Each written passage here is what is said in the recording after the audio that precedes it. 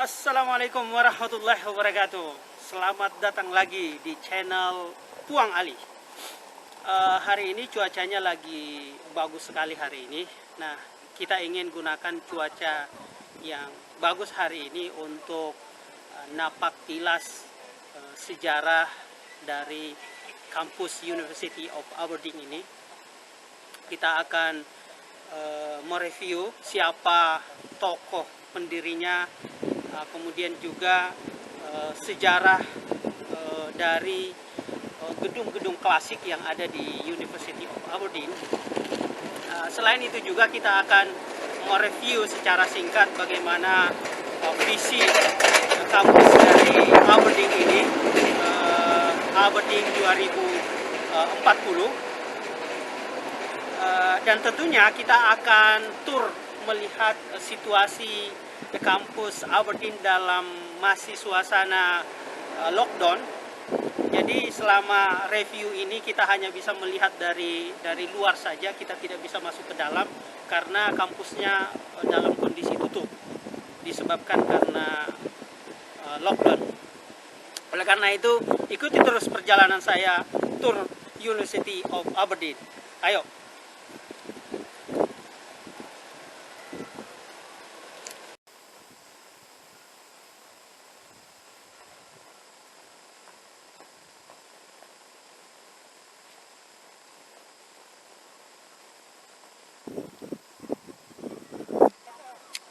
Saya lagi berada di jalan High Street namanya. Di jalan High Street ini terdapat namanya Old Aberdeen ya. Jadi jalan yang mengisahkan tentang sejarah berdirinya kota Aberdeen. Makanya disebut sebagai Old Aberdeen. Nah, jalan Old Aberdeen ini kira-kira panjangnya mungkin ada sekitar 1 km yang startnya dari Spital sampai di Saint Machar Katedral di belakang sana. Kenapa disebut sebagai Old Aberdeen? Karena batu-batu yang ada di jalanan ini, yang menjadi dasar dari jalanan ini masih asli semenjak pada abad ke-15. Jadi batu yang digunakan sebagai aspalnya kira-kira itu masih asli sejak pertama kali dibuat jalan ini, yaitu di abad ke-15. Nah, jalan ini atau High Street ini yang Old Aberdeen ini menjadi pembelah dari kampus ini. Ada yang sebelah kanan, kemudian ada yang di sebelah kiri. Nah, biasanya yang sebelah kanan saya ini biasanya berada fakultas-fakultas yang terkait dengan sains, seperti geoscience, engineering, kemudian computing science. Sementara di bagian sebelah kiri ini, di sini fakultas yang terkait dengan social science, art, kemudian business school. Jadi pada intinya High Street ini membelah kampus ini menjadi dua bagian. Itu kira-kira sejarah dari jalan ini yang identik disebut sebagai Old Aberdeen.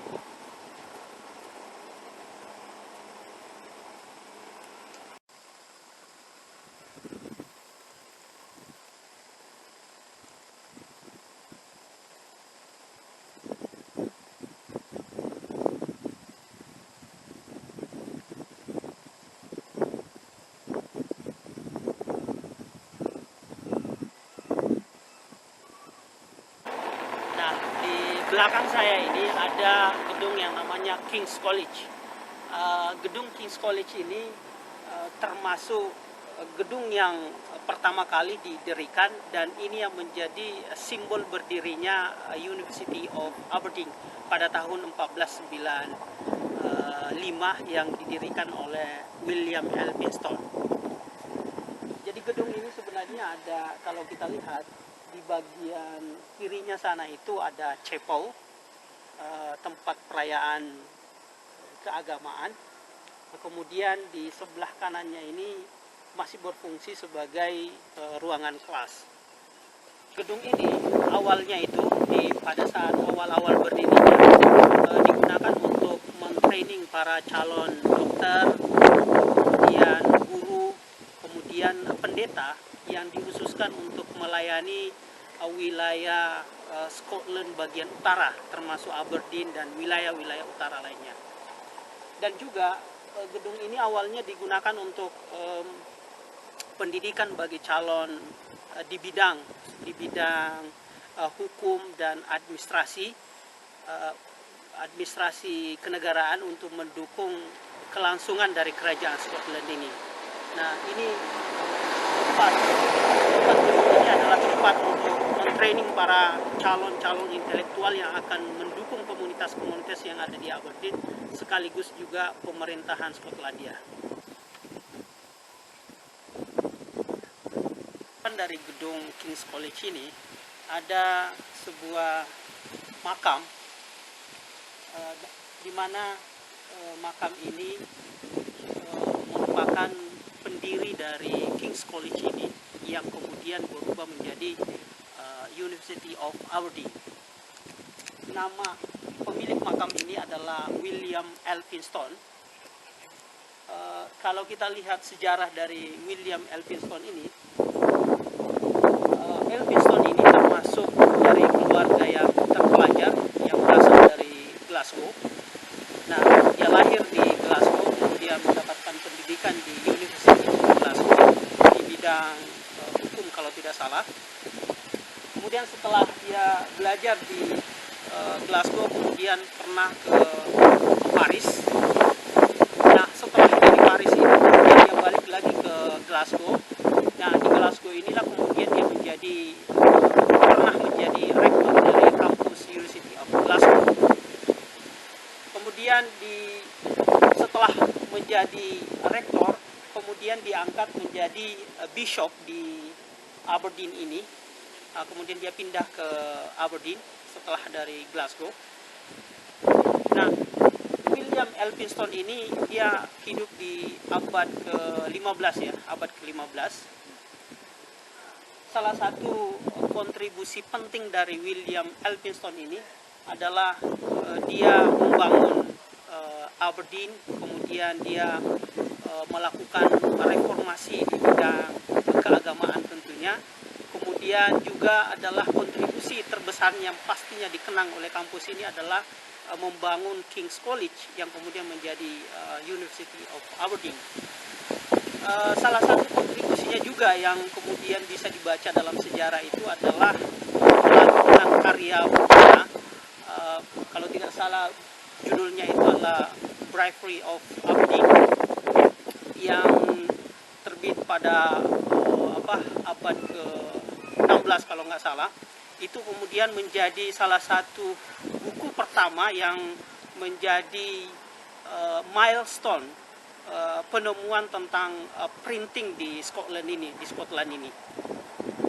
Nah, salah satu cara menghormati dari pendiri Aberdeen ini kemudian dibuatkan memorinya dalam bentuk kuburan di depan kampus ini.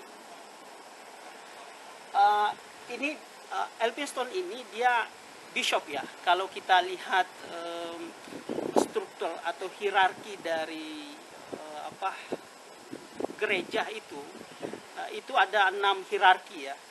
Hierarki pertama itu ada Pope ini Paus, kemudian yang kedua ada kardinal, kemudian di bawahnya kardinal lagi ada namanya Archbishop, kemudian di bawahnya lagi ada namanya Bishop. Nah, William Elphinstone ini dia jabatannya sebagai bishop. Di bawah bishop itu ada lagi priest, imam. Kemudian ada lagi di bawahnya lagi satu. Itu kira-kira hierarki atau kasta dalam tokoh di bidang agama Kristen ya, yang kemudian menempatkan Elphinstone ini sebagai salah satu tokoh di bidang teologi, di bidang kekristenan ya.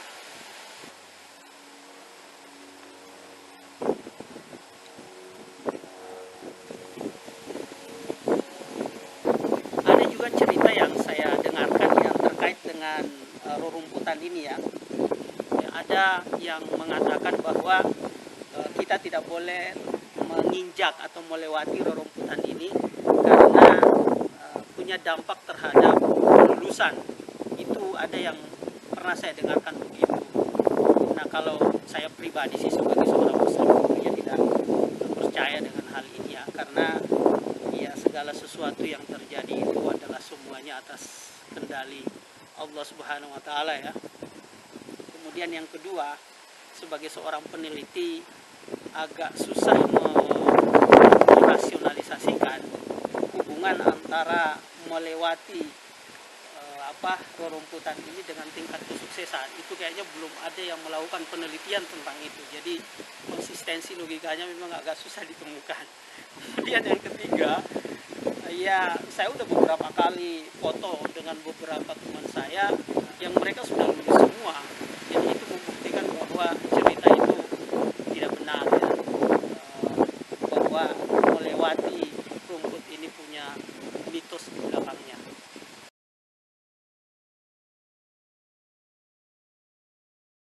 Oke, kita sambil ke dalam kita melihat apa isi dari gedung ini. Jadi awalnya kampus ini dimulai dengan dibangunnya gedung ini. Kemudian pada abad ke-19 kemudian dibuat lagi bangunan baru ya, namanya Marischal College, dan penggabungan Marischal College dan King's College ini yang kemudian menandai terbentuknya Modern University of Aberdeen. Jadi sejarah dari University of Aberdeen yang versi modern itu adalah merupakan hasil penggabungan antara King's College dan Marischal College yang ada di City Center. Ayo kita lihat isi dalam dari gedung King's College ini.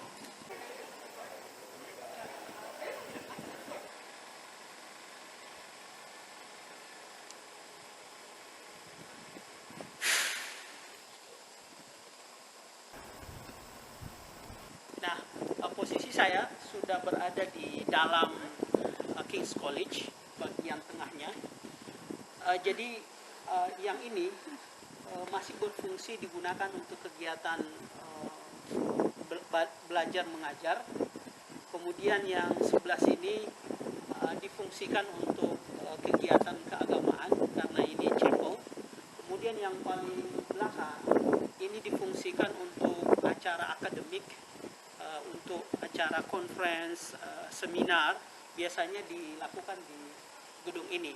Karena ini gedungnya isinya kayak conference hall untuk kegiatan yang melibatkan keramaian.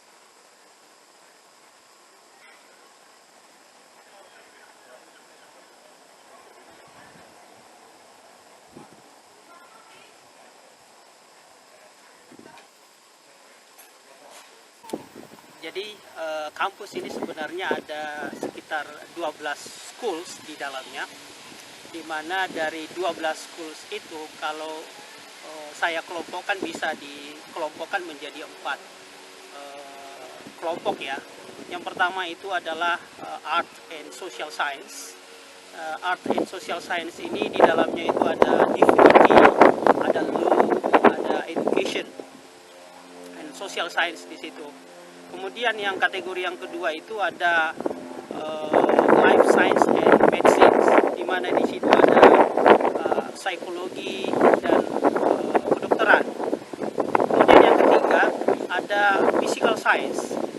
Kelompok physical science ini di dalamnya ada geologi, geoscience, kemudian ada engineering, kemudian ada computing science. Kemudian yang terakhir adalah business school di tempat fakultas saya, di mana di dalamnya ada School of Economics, kemudian ada accounting and finance, kemudian business management. Jadi itu kira-kira schools yang ada di University of Aberdeen ini, di mana ada 12 schools yang kemudian dikelompokkan menjadi 4 kelompok dari disiplin ilmu itu.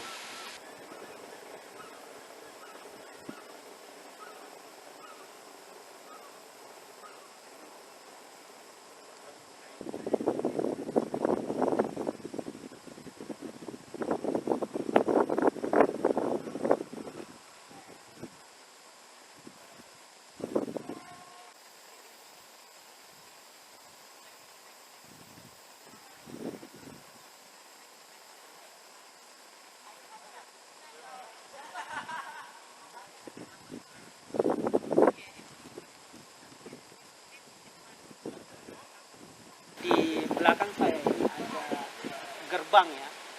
Gerbang ini tertulis moto dari kampus ini, di mana bisa terbaca di situ tertulis Medium Sapiente Timor Humility. Itu kalau di bahasa Inggris kan kira-kira artinya adalah fear of the Lord is the beginning of wisdom, atau beginning of wisdom is fear of the Lord. Artinya kalau kita terjemahkan ke dalam bahasa Indonesia, kira-kira artinya takut pada Tuhan adalah awal terbentuknya kebijaksanaan.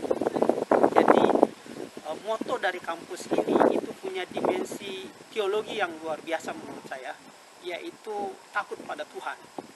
Takut pada Tuhan adalah kunci untuk mendapatkan kebijaksanaan, di mana moto ini kemudian diartikulasikan ke dalam visi Aberdeen dalam 2040.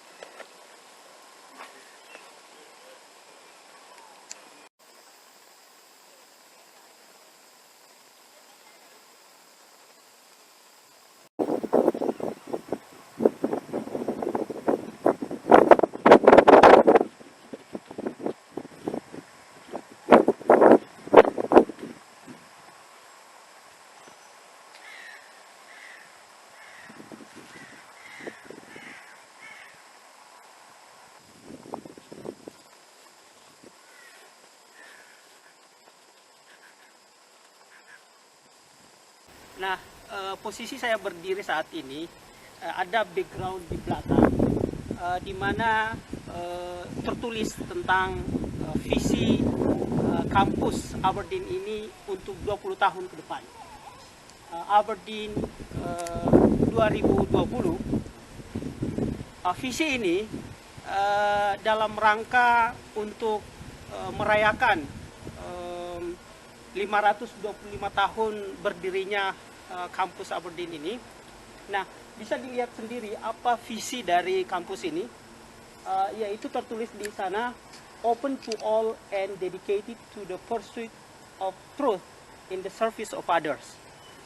Nah, kalau kita lebih lihat visi ini, sebenarnya ada 3 frase yang ingin ditekankan. Frase pertama itu adalah open to all. Jadi kampus ini ingin membuktikan dirinya sebagai kampus yang terbuka, kampus yang inklusif, kampus yang mengakomodir keanekaragaman dari berbagai latar belakang, baik itu ras, agama, dan tentunya pemikiran. Itu frase yang pertama. Kemudian frase yang kedua itu adalah to the pursuit of truth, yaitu untuk mencapai kebenaran.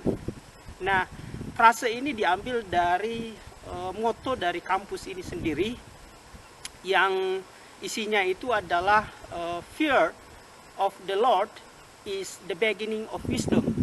Takut pada Tuhan itu adalah awal dari kebijaksanaan. Nah, kemudian frase yang ketiga yaitu adalah service of others, yaitu melayani masyarakat, melayani komunitas. Tapi basis dari melayani komunitas ini adalah untuk mencapai kebenaran itu. Itu kira-kira ringkasan ya dari visi Aberdeen ini. Nah, pas saya lihat dokumen dari visi Aberdeen ini, ada 4 strategi yang ingin dilakukan untuk mencapai visi itu. Yang pertama itu adalah inklusif, itu tadi, terbuka. Kemudian yang kedua adalah interdisipliner. Jadi kampus ini ingin membangun sebuah kajian riset yang lintas disiplin. Misalnya menggabungkan antara disiplin A dengan disiplin B. Contoh misalnya adalah menggabungkan antara disiplin psikologi dengan disiplin ekonomi, kemudian menghasilkan behavioral economics misalnya. Itu interdisiplin. Kemudian yang ketiga strateginya itu adalah international. Jadi kampus ini membuka diri dari berbagai mahasiswa dari mancanegara. Kemudian yang terakhir adalah kampus ini strateginya itu adalah sustainability, yaitu untuk mendukung keberlangsungan.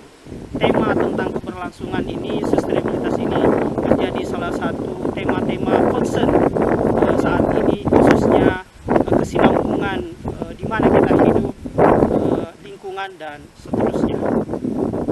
Ya, itulah kira-kira visi dari kampus ini untuk 20 tahun yang akan datang.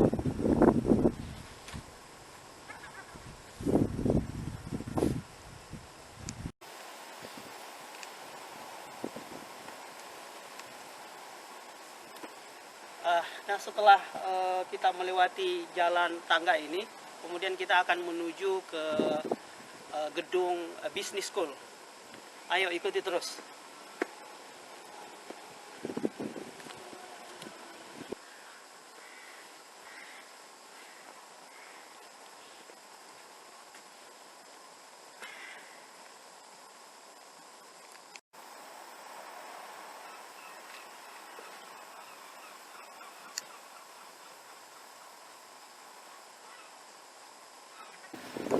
Gedung di belakang saya ini namanya Edward Wright Building, yaitu tempatnya disiplin yang terkait dengan ilmu sosial dan art.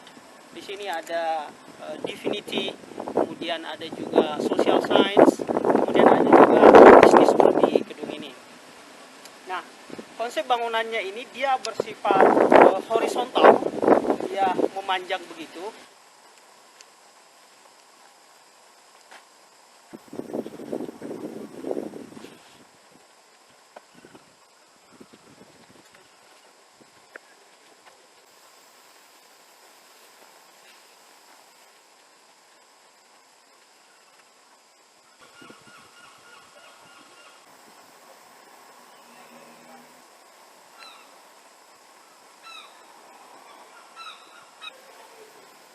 Di kampus ini ada satu gedung yang menurut saya menarik karena digunakan untuk membangun toleransi antar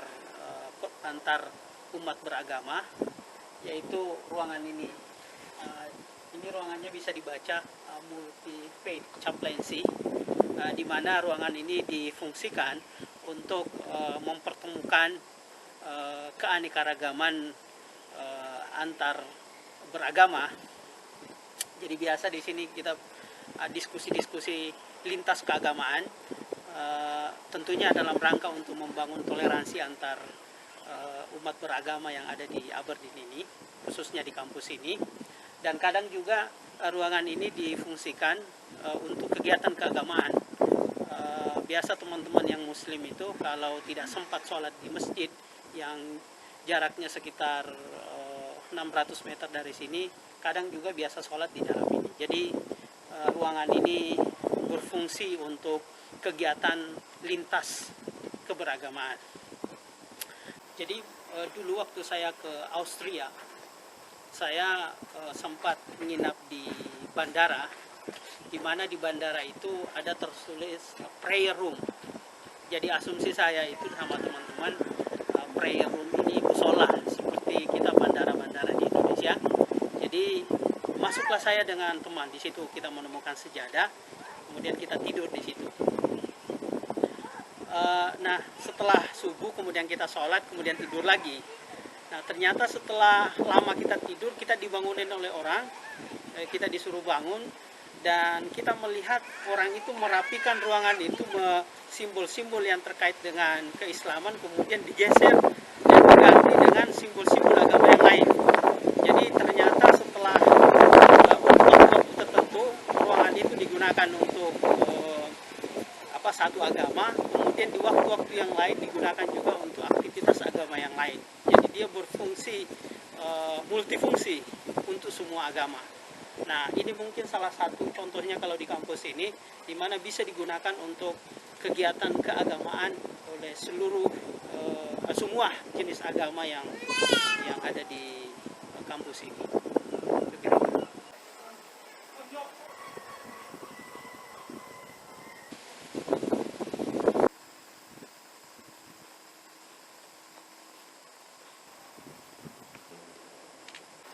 Nah, saat ini saya lagi berada di depan sekretariat Aberdeen University Students Association. Ini kalau di Indonesia sama dengan BEM, Badan Eksekutif Mahasiswa. Nah, di sini sekretariatnya. Berdasarkan yang saya alami di sini, kegiatan kemahasiswaannya di kampus ini relatif dinamis kalau saya lihat, dan yang menonjol kedinamisannya itu pada saat pemilihan semacam ketua BEM-nya atau ketua AUSA-nya, Aberdeen University Students Association.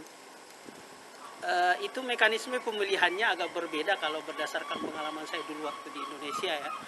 Di sini itu pemilihannya secara online. Jadi mahasiswanya melakukan kampanye, posternya itu ditempel di mana-mana, kemudian ditulis di situ visi-visinya. Nah pemilihannya ini satu paket, dipilih ketuanya, begitu juga dengan tim-timnya di bawah. Nah pada saat tahun 2019 kalau tidak salah, ada pemilihan di mana para calon-calon ini kemudian datang ke ruangan-ruangan, datang ke mahasiswa-mahasiswa yang ada untuk semacam memperkenalkan diri supaya mereka bisa dipilih, dan mereka juga memaparkan semacam kayak visinya. Dan pada saat itu saya lagi ada di ruangan saya, kemudian ada mahasiswa datang memperkenalkan diri, dia sebagai calon, kemudian minta dukungan untuk dipilih. Kemudian dia tunjukkan bagaimana mekanisme pemilihannya secara online. Jadi di sini agak relatif smooth ya, proses pemilihannya beda kalau berdasarkan pengalaman saya dulu di Indonesia. Ya sebagai mantan ketua BEM di UIN Syarif Hidayatullah Jakarta, kita ada semacam publik semacam orasi di publik. Kalau di sini saya tidak melihat seperti itu.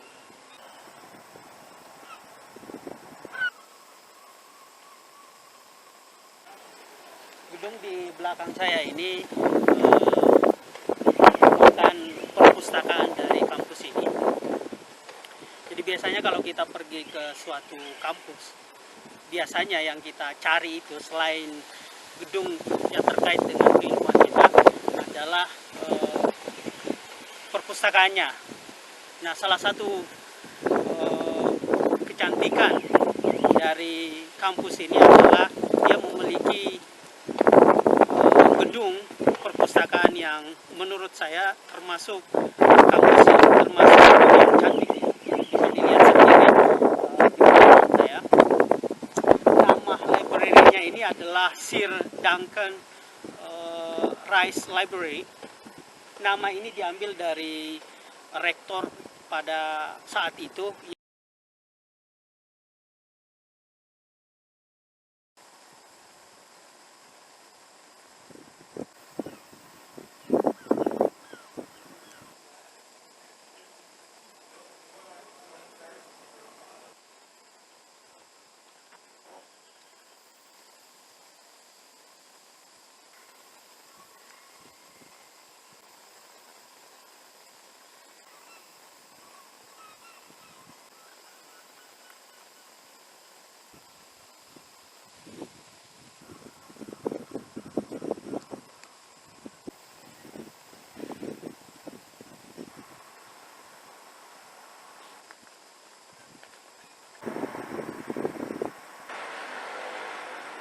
Oke, posisi saya saat ini lagi berada di gerbang University of Aberdeen. Bisa dilihat di belakang saya ada landmarknya University of Aberdeen. Dan di gerbang inilah akhir dari tour university kita pada hari ini. Mudah-mudahan tayangan yang tadi disaksikan bermanfaat buat Anda semua. Tonton terus tayangan yang inspiratif dan edukatif ini di channel Puang Ali. Assalamualaikum warahmatullahi wabarakatuh. Sampai jumpa.